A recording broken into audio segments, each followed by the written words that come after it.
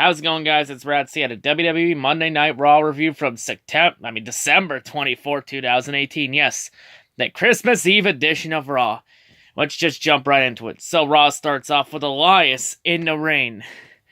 So Elias then does a guitar solo and he's also wearing a Santa hat.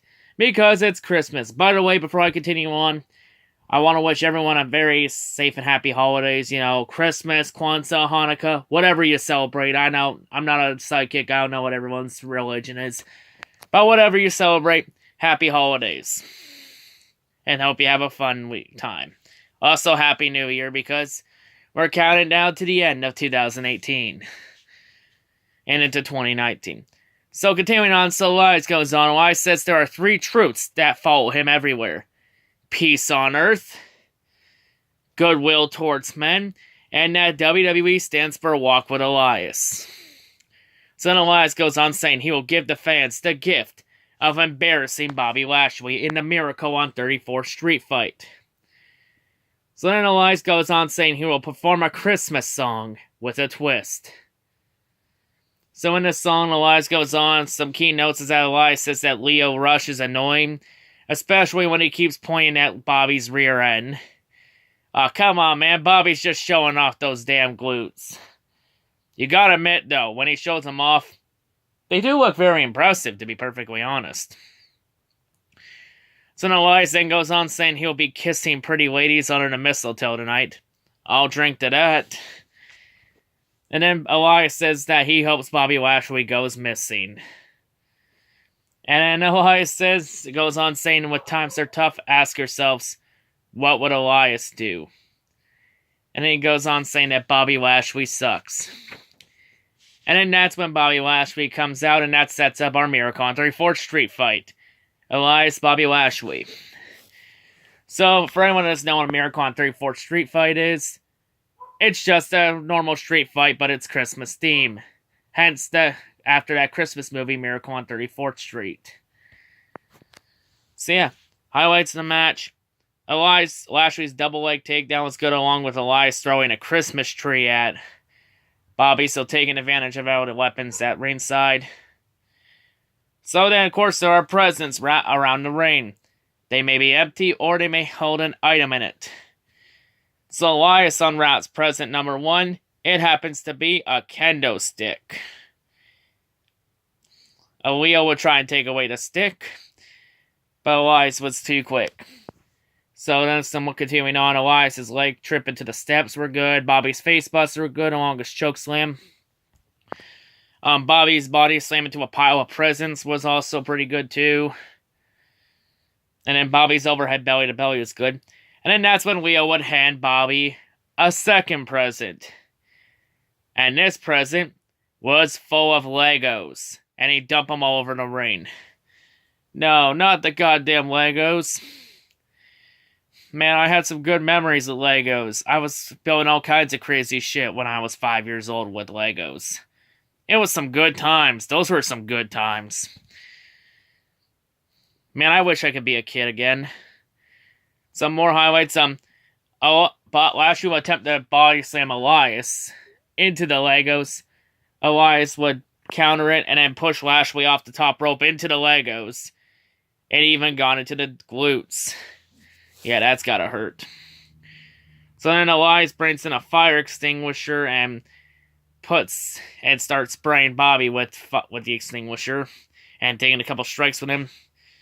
So then Elias shoves Bobby Lashley into Leo, and Leo ends up falling through a table, which had all kinds of Christmas cookies and eggnog and whatnot. So then Elias brings out a third present. Inside contains a bowling ball. So then Elias grabs the bowling ball, rolls it, and it ends up going right into Bobby's Lashley's. So then Elias again goes for a fourth present, which contains a cello.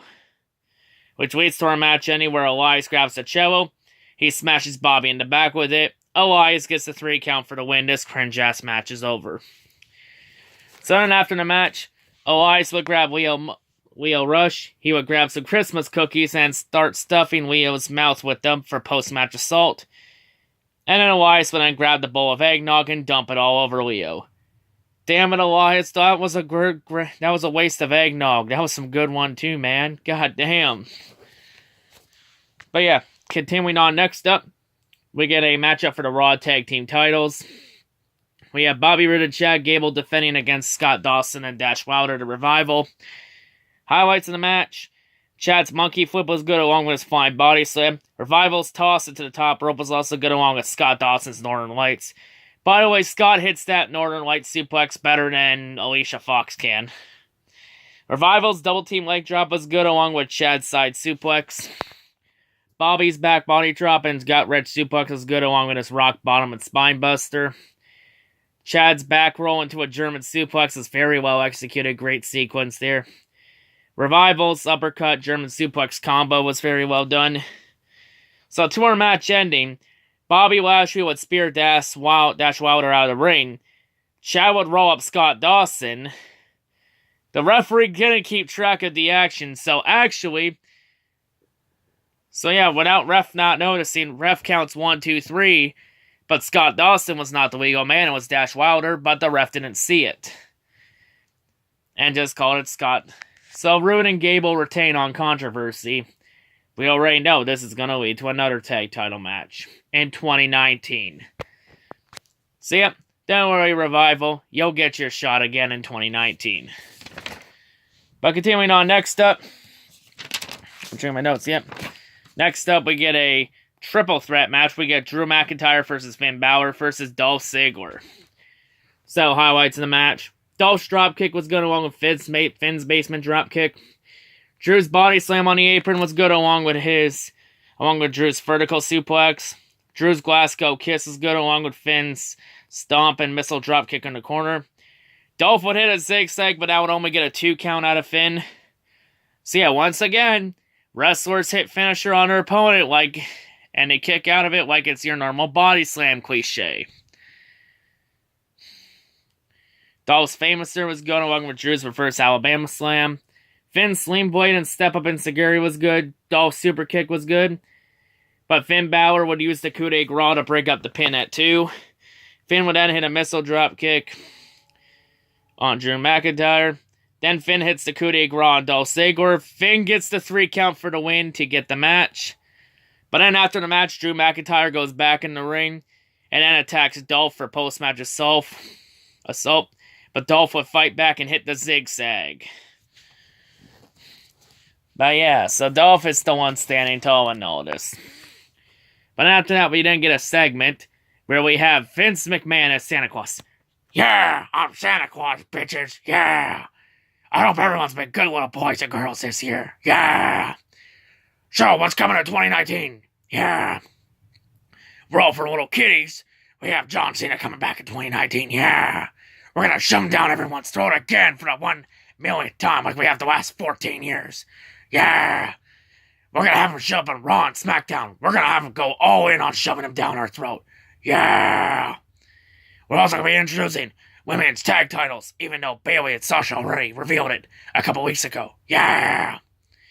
And also, for all everyone, next week in Detroit, for the New Year's Eve edition of Raw, that's gonna be on Friday. We're gonna have it on Friday, but we're gonna air it on Monday.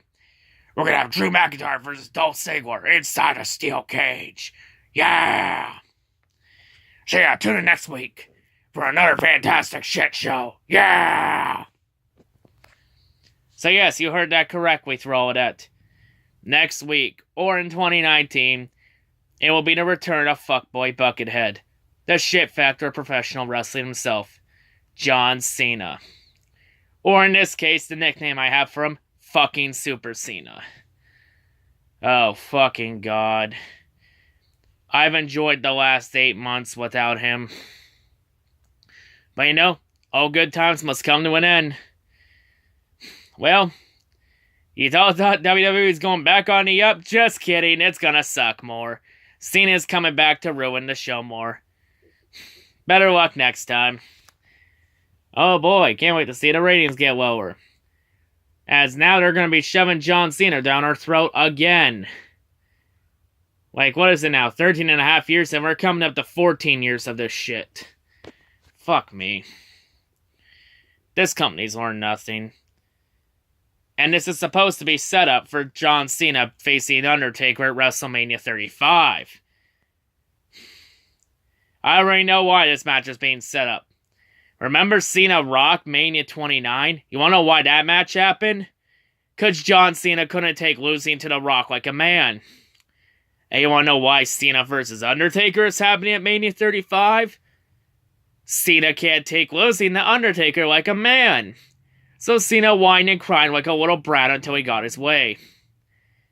Didn't I predict that this would happen after Mania 34? God damn, it's like I'm a goddamn psychic. Scary, I actually know what the fuck I'm talking about. I should have made that one of my predictions in 2018. Oh well. But yeah, continuing on. Next up, we got a 6-woman tag match. We got Dana Brooke, Mickie James, and talentless diva Alicia Fox against a team of Sasha Banks, Ember Moon, and Bayley. Highlights: and Alicia fails in the match. Ember's super kick and suicide dive was good. Alicia's boot looked like garbage, and along with her selling, looked like shit again. Ember's arm drag was good, along with Bayley's back suplex. Bayley's running knee was good too. Also, in the match, you had one point Alicia tagged in, and then she immediately tagged out. It's like, what was the point of having Alicia tag in if she was already going to tag out? Like, that's dumb. Dumb is fucking dumb. Sasha's knee drop was good, along with her Meteora. Ember's Eclipse was good too. On Alicia Fox getting that useless bitch out of the match. So match ending, Sasha hits the backstabber, Bayley hits the Bayley to belly, Bayley gets the 3 count for the win. Alrighty. So then of course after the match, the Riot Squad would come out, and then they attack Bayley, Sasha, and Ember Moon for post-match assault, and clear the reign of all 3. Okay then. So then next up, we have Paul Heyman coming out to the ring. So then Paul Heyman, of course, saying that... Of course, Paul Heyman was singing Silent Night. With a twist. Silent Night, Brock is your Christmas Grinch. Brock Lesnar is still your Universal Champion, even though he doesn't want to show up. Then, of course, Paul does his normal intro. Hey, Paul, I have a question. How much money is it willing to take for Brock Lesnar to get off his lazy ass and show up to Raw for a fucking change? You know, like a real champion's supposed to fucking do? What's it gonna take? It's gonna take 7 digits, 8 digits? What's the price? What's the price? Because remember, Brock won't show up unless the price is right. So then Paul says that Santa won't deliver Braun the Universal title, unless Braun gets a replica of it. And Paul says that Santa will be just giving Braun a lump of coal. And then that's when Braun Strowman would come out to the ring. Braun comes in, so then Braun grabs a red button, a red nose, and then puts it on Paul Heyman, and then puts on some reindeer antlers. So Braun Strowman dressed up Paul as Rudolph the Red-Nosed Reindeer, and calling him Rudolph the Red-Nosed Advocate. And then Braun saying at the Royal Rumble, Brock Lesnar will get these hands. Probably not. Probably not, because Vince still has a giant boner for Brock Lesnar, instead of guys with actual fucking talent. Remember when wrestling used to be about giving the titles to people with actual fucking talent? Those were the days. So anyway, continuing on. Next up, our next matchup is for the Raw Women's title. I've been actually looking forward to this match a bit. We have Ronda Rousey defending against Natalya. So yeah, the two best friends, the two training partners, about to go head-to-head for the title. Any friendship they have is about to be thrown out the goddamn window. So, highlights in the match. Natalya's 2 head tosses to start were good, along with her double leg from behind. Natalya's overhead toss and vertical was good too. Suplex is good too. Ronda's arm toss is good, along with her fisherman suplex. Natalya's second vertical was good, along with Ronda's second arm toss, followed by a running knee. Natalya's discus clothesline was good too. Ronda's Piper Pit was good too. Throughout the match, when Ronda had chances to put it away, Ronda was saying, "Don't make me do this." Like, they were selling it so well to where they actually have respect for each other. It's like, damn, they're really selling this well.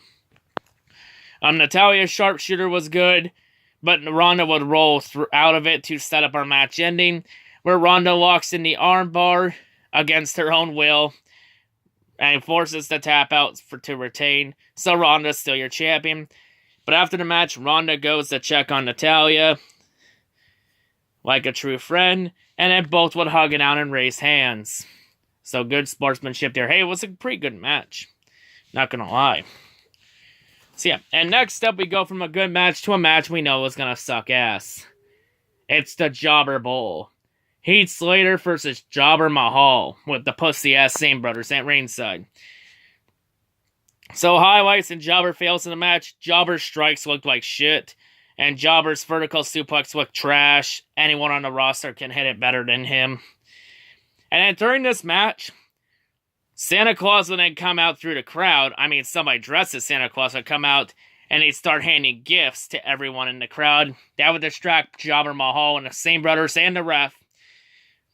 So during all of this, Heath Slater would then hit the spin kick to take advantage of the distraction. As Heath's going for the count, Sane brothers would come in and attack Heath at 2, forcing the DQ. So Heath Slater was going to win this match regardless. So then after the match, Jobber Mahal gets up and joins the Sane brothers in attacking Heath for post-match assault. And then Santa Claus would then come out of the crowd and come into the ring. Both Jobbers and Sanes, being the fake bastards they are, they start doing the Shanti crap. And of course, Santa would have none of that, and Santa and Heath would attack all three. And then Santa would then hit a familiar move. He would hit the gore on Sunil Sane. And then once Santa got back up, Santa would then reveal himself to be Rhino in disguise. Yeah, Rhino, the man Heath beat it a couple weeks ago to keep his job, because Baron Corbin says Raw didn't have cap space for both of them. But now all of a sudden they got cap space. Marketing geniuses, I'll let you figure that one out. And of course, this sets up for our main event. This week, on a Christmas edition of Unsolved Mysteries, we try to find out why Dean Ambrose turned on Seth Rollins. So Dean Ambrose with the Intercontinental title in hand, of course feeling in a festive mood. Dean of course saying he wishes everyone great holiday cheer except for Seth Rollins.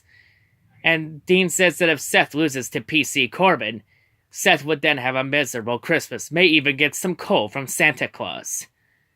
Of course, Seth saying he is not focused on Dean Ambrose as he's focused on his match, because tonight Seth is in tough, as he will have to face former General Manager-elect PC Corbin. As Baron looks to show that what Seth did to get the locker room against him was not PC.